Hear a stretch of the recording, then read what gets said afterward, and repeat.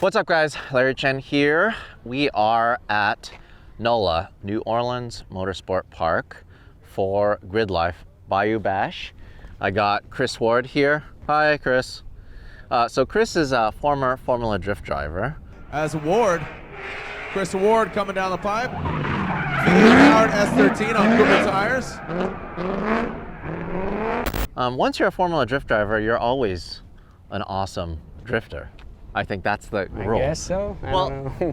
It's funny. It's one of the things that I keep saying with my buddies. I'm like, you know, even the lowest tier Formula Drift drivers, I'm not saying you're a low tier. Last place. Yeah, it's okay. Just saying. Yeah, I'm just saying, sir. Anybody who can even just get a license in Formula Drift is still the top 0.01% of drifters all over. You know, because it's one of those things where yeah, it really is, because like I wouldn't even say that. I was saying like just to get there and drive the tracks and link the tracks and qualify. Yeah. It was such a big jump from like a Pro-Am type of thing anyway, and like when you're at Seattle, I was scared. I'm legit scared going. In Irwindale, I was scared, and then so that I feel like that got me to the point of a better driver, and then I kind of honed in skills with these guys and having fun with everybody and learning to tandem and drive and crash their cars and be stupid and be funny and not care and all that stuff. So I feel like the one Formula Drift was a stepping stone to get me more comfortable, more confident in knowing how to set a car up, and then learning to drive with my friends made me better as a better driver, I think. So, but yeah. All right, so you have a shop called Top Garage, and it's in the Atlanta area, correct? Right. Yep. The reason why I know what you guys are about, the reason why I know the name Top Garage is because you guys are the rowdiest drivers at Grid Life, without a doubt. All the cars look amazing. And by the end of the weekend, they're all thrashed because you guys drive door to door. And in fact, I'm sure you probably saw it. The last Grid Life Atlanta event, I had a chance to snap a photo, which happened to be, I think, one of my favorite photos of the whole year, was of you guys in the horseshoe in Atlanta. And you guys were just so close, everyone together. And then I don't know who was flicking off who, but somebody, do you remember who was flicking off who? If you look in, I'm flipping off Sloan, and Sloan's flipping me off back too. So it's just like, you know, it's just like, you know, like that's just, I don't know, that's what it is. Like the best part is that it wasn't just one frame. It wasn't a millisecond. Right. It's like, It was like, yeah. My finger's out, and it's been out, and it's out around the corner. Like if I just scroll through the frames, right. Like a couple of the frames, you guys had fingers out, and it made me so happy it was like an Easter egg. I think it's kind of funny too, like I'm pretty sure I was following Sloan. Sloan knew I was there, and he's flipping me off, paying attention to what's going on in front of him, so he doesn't know I'm flipping him off. And I'm just giving him the bird, he's giving me the bird. We don't, you know, it's pretty funny. Exactly, because that is the picture of, there's so much in that. It's like the essence of Grid Life. And us as a team, yes, I believe. Exactly, and the essence of Top Garage. Right. You guys, I mean, like, you guys come out so strong, just swinging. All four of these cars I'm going to feature, but let's talk about your S15.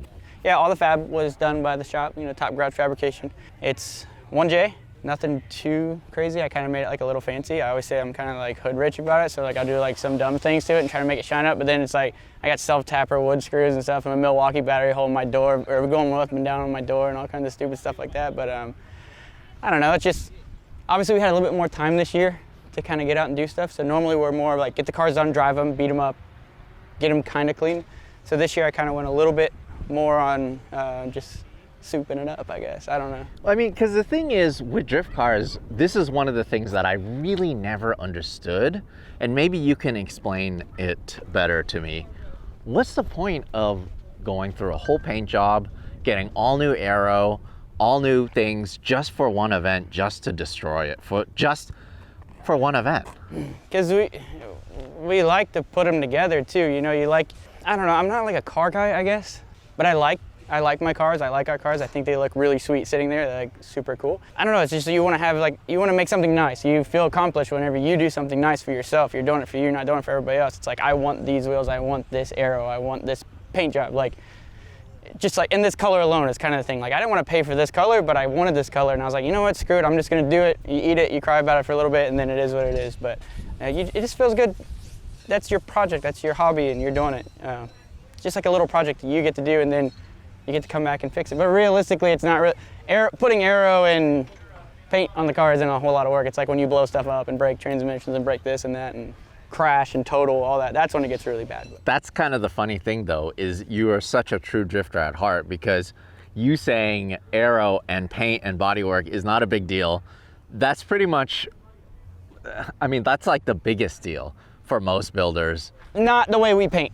not the way we paint, not the way we mount our aero, not the way we do our bodywork. So ours is like scuff it, spray it, shoot it. It looks clean, whatever, but it looks good to me though. Like, it looks really good. But I mean, I guess that's the point, is you guys potentially have to paint a couple times a year. Right. For a whole drift season. That's why you guys do it the way you do. And honestly, we just got here to the track, and the reason why I'm featuring these cars now because they're not totaled yet. They're not totaled yet. Yeah, I didn't want to say it, but you said it. So can we check out under the hood? Oh yeah, sure.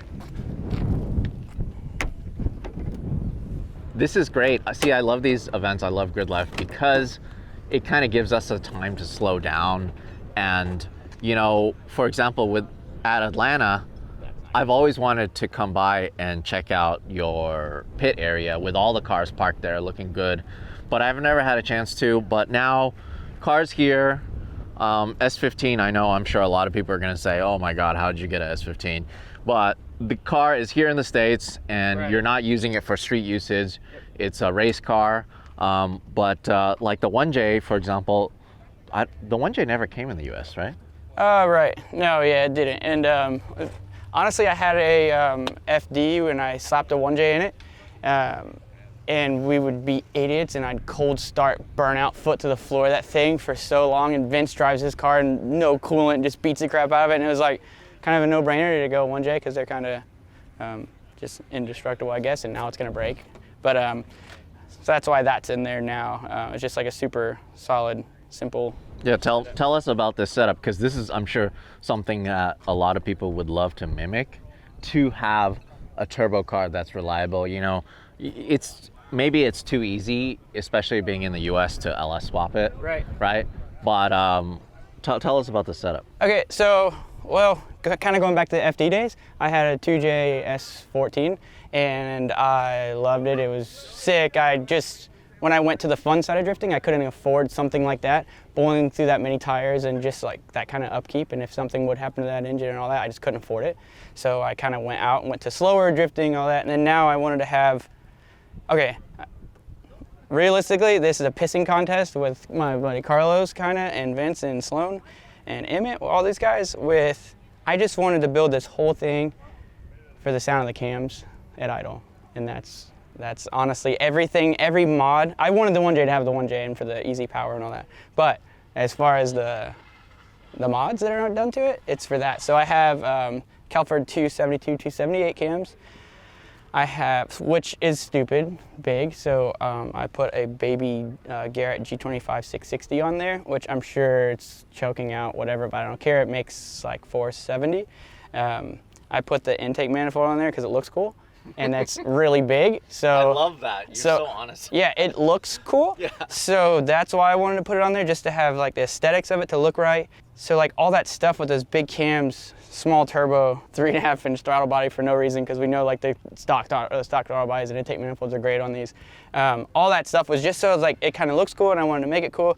But yeah, I wanted those cams. That was like first thing on the list because I wanted to chop at idle. So that's why I did that. And then it's so basically it's 3-inch exhaust right at the downpipe, and then it goes to aluminum, 4-inch out the back, and it's a turn down at the back just for that chop. This wind is screwing my thing up. Yeah, no worries. Can you tell me a little bit about the suspension? Sure. So basically the whole car is Part Shop Max, and Tommy helped me out. It's all limit brake, everything. So I have sway bars, the whole rear, everything pretty much limit brake on the whole car. And I tried it out last weekend for the first time, and I really liked it. It felt really smooth, and I'm excited to see what it feels like out here too. So the S15 in general, I feel like this similar package is just such a staple in drifting, right? Like we just saw this past weekend, Adam LZ killed it, right? With a still right-hand drive, S15, 2J, getting all the way up to 4th place. Right. And then as you have seen too, over the past 3 years, Warthouse coming in and just owning everybody. It's not even fair because it's such a, I guess it's one of those things where I attribute it to a chassis that's been around for so long, that's had so much development, way more time than pretty much any other drift car platform. What do you think? So we'll get into me doing the roll cage into this car. So I always thought S14, S15 was pretty much the same because, it's like, obviously the S14 and S13 arms are a little bit different. Yeah, let's check out that. Can you go on that side and I can talk to you? So just doing the cage on this alone, just cutting out that rear like bulkhead area, it was double layered, and I didn't know that because so there's a little bit more to it, and like you kind of see like this material is actually I think a little bit thicker, and so so I'm not sure the weight on the differences of the S14 and S15, but like I said, I know that was double walled back there, and I was like, okay, so they are a little bit different. They're a little bit stronger chassis to begin, I guess, which I didn't know that going into it. I was just like, whatever, I just want an S15. So pretty much Top Garage is a roll cage specialist shop. So I do all kinds of fabrication, but mainly it's roll cage. So this one would be an FD spec, like an 8-point cage here. I try to have super clean, super nice welds. Fitment is like the biggest thing for me. So I've done actually a couple of guys' cages in FD too. Big thing is like stitch welded to the B pillar, and you can see up at the top there, it's stitch welded there, stitch welded back here. The whole A pillar is stitch welded all the way down to the chassis, like all the way. And that's just like a big thing for me is just fitment and trying to have it fit super tight, super clean, and obviously safe is like the main concern there.